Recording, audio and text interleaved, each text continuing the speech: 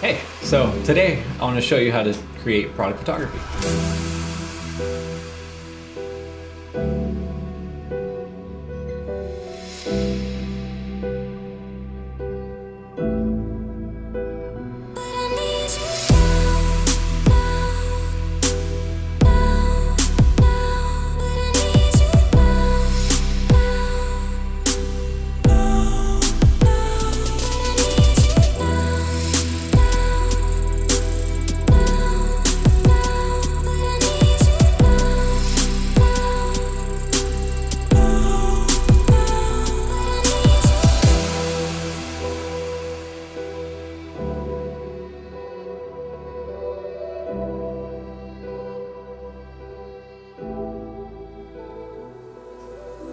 First things first, before anything, you gotta know exactly what your client wants. So beforehand, make sure that you and the client have spoken exactly about what the deliverables are and what the expectations are for the shoot.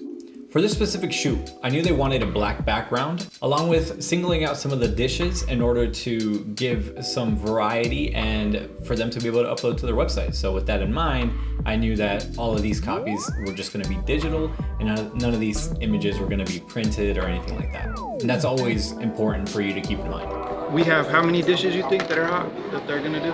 Hot dishes. So French toast, burrito, soup, sandwich, biscuits and gravy, and I think that should be. And then like maybe like a hot muffin.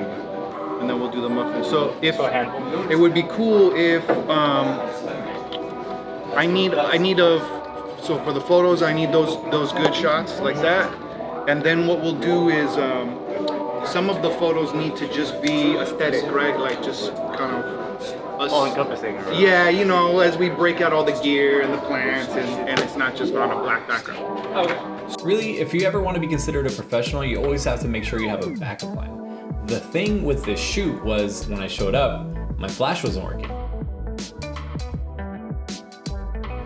For whatever reason, the flash wasn't connecting and I went through all the motions and I made sure I checked that everything was exactly as it should be, and it was. However, the flash just didn't want to work with me. I knew that I had to be very calm in the situation because as soon as I start getting worried and I start showing that I'm worried, everybody else's moods kind of shift, right? And then they all have to feed off of what I'm going off of. And I knew that I had it under control. Either way, if the flash didn't work, I knew how to back a plan and that hopefully that worked out. So the flash for some reason is having like big technical difficulties and I don't know what it could be. But that's never a huge problem. Usually I have some backup, so I'm gonna try to use a video light that I have and just use a tripod, slow down the speed and see if the light can match. It should be okay, but I mean, you know, you gotta work with what you got. Yeah, for sure. And if things don't wanna work with you, you gotta figure it out. Yep. So after being 30 minutes behind schedule, I knew it was time to bring out the video light that I brought in case something like this happened. I've used this video light before for other product shots. Those were a lot more controlled. The environment was very simple and it was just a white background. And so I knew that I could get away with doing it for something like this. And that's one of the most important things is knowing your equipment and knowing the parameters that you yourself can work in order to get the right shot that you and your client want. Again, since I knew I was gonna deliver these pictures digitally, meaning they were only gonna see them on screens and their phones, it wasn't so much of an issue to shoot it this way since nothing was going to be printed, in which case it may have actually been a problem for me to shoot with the video light in case it wasn't bright enough. But these are actually, this is one I'm using right now, these are actually fairly bright. This is like turned down to the minimal level and it's still kind of blinding me. Either way, I knew we were going to pull these pictures out one way or another. So I just kind of rolled with it. Everybody else rolled along with it because again, I kept my mood very cool and I was just focused on executing the task at hand.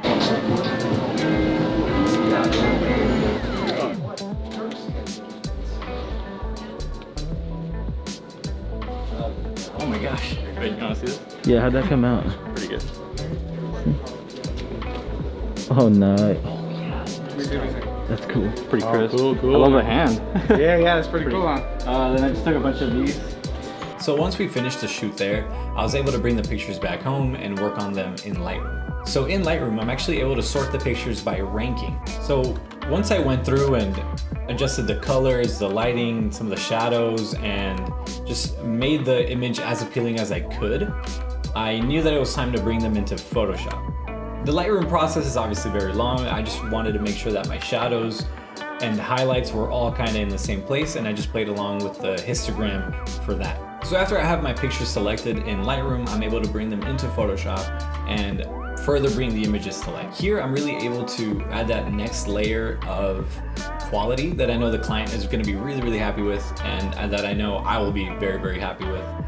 And I'm going to show you guys some of the techniques that I use for a shoot like this specifically. So here I brought in 3 of my favorite pictures. These are directly exported from Lightroom, so they haven't been touched in Photoshop whatsoever. So you see a few of the scuff marks here where the muffins either tipped over or we were moving the plates around and they would scuff the black background a little bit. So I'm gonna show you guys how to get rid of that and almost create a perfect infinite black background. What I do is I create a levels layer right above my actual image here. And on the levels layer, I can go over to the left side, which controls the blacks in the picture. See, so if I just click and drag, it'll just completely turn the image black. And on the other hand, kind of the same thing. It'll just completely turn the image almost white. What I'm gonna wanna do is go over to the black icon and hold Alt. And as I hold Alt, I'm gonna drag over until you can see the red particles in the background almost disappear. I want them to be as close to gone as possible, so right there is pretty good. I can actually go even further than that. However, I don't want to push the boundaries of this image, so I'm going to go ahead and keep them around there. So as you can see, most of the scuff marks are completely gone, if not have permanently vanished. Obviously, there's a few little leftover marks that were probably a little too white for me to get rid of completely, but you can see the progress that we already made with just the one adjustment. And you can see right away too that your bowl and the colors inside of it have actually changed. So you're gonna wanna make sure your cursor is on the mask, on the levels layer, and you're gonna wanna press B or just go straight to your brush tool. Make sure you have whatever kind of brush you think might work for this. For me, I'm just doing 900 pixels, I guess. I'm gonna turn the hardness up to around 35, which will keep the brush pretty condensed to the center. And I'm gonna go ahead and just lightly slide it over the bowl itself, eliminating some of that extra contrast that I don't really want. Obviously, if you like how it came out with the levels adjustment, keep it that way. If you think it kind of compromised your image a little bit, change it. It's all up to you. Some of this stuff is kind of subjective. Overall, these little scuff marks and things objectively shouldn't be there. So I'm gonna go ahead and fix those. There's multiple ways you can fix them. For me, the easiest way I can do it is by adding a new layer using the clone stamp tool, and then obviously getting really, really close so to make sure you guys can see them. I'm gonna go ahead and select Alt on a black area next to the actual mark so that the shading doesn't differentiate too much. And then I'm gonna go ahead and go over the mark and just left click, and it's completely gone. So I'm gonna do the same thing for these and that. And this is a little bit more of a tedious process if you have like a billion pictures to go over, but at the same time, with the levels adjustment, it does more than half the job for you already. So you're able to just kind of take care of these pretty quick. So I'm just gonna go ahead and fast forward through these.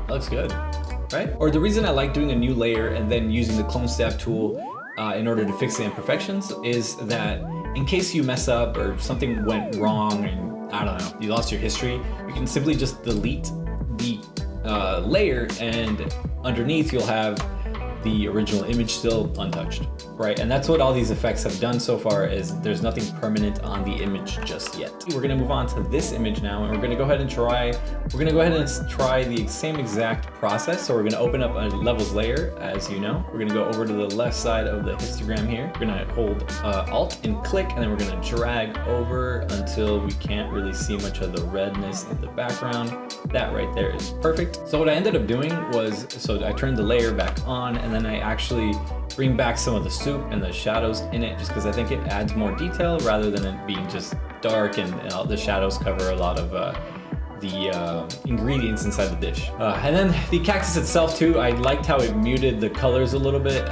It also, again, enhances the subject, which is the soup itself. That way you're not easily distracted. When you first see the image, you're not distracted immediately by the plant. Obviously you see it, you recognize it because it's a big orange square, but you're mostly, your more saturated colors and brighter colors are kind of centered around the bowl itself. So you're still not too distracted by it, right? As you can see by the edges, this is actually really clean. Not a lot of scuff marks going on here with this image. Really clean looking. Loved it. Came out really, really well. And we're gonna go ahead and do it one more time with my favorite image out of the bunch that I took. So you already know the process. Levels layer. We're gonna go ahead and click and drag until we can't see the black anymore. I think that's good, right? Cool. And obviously, again, like I said, erasing some of the mask over it is all up to you. I enjoy how the image looks prior to the mask. I think some of it, you can use the mask to enhance certain parts or portions of the food.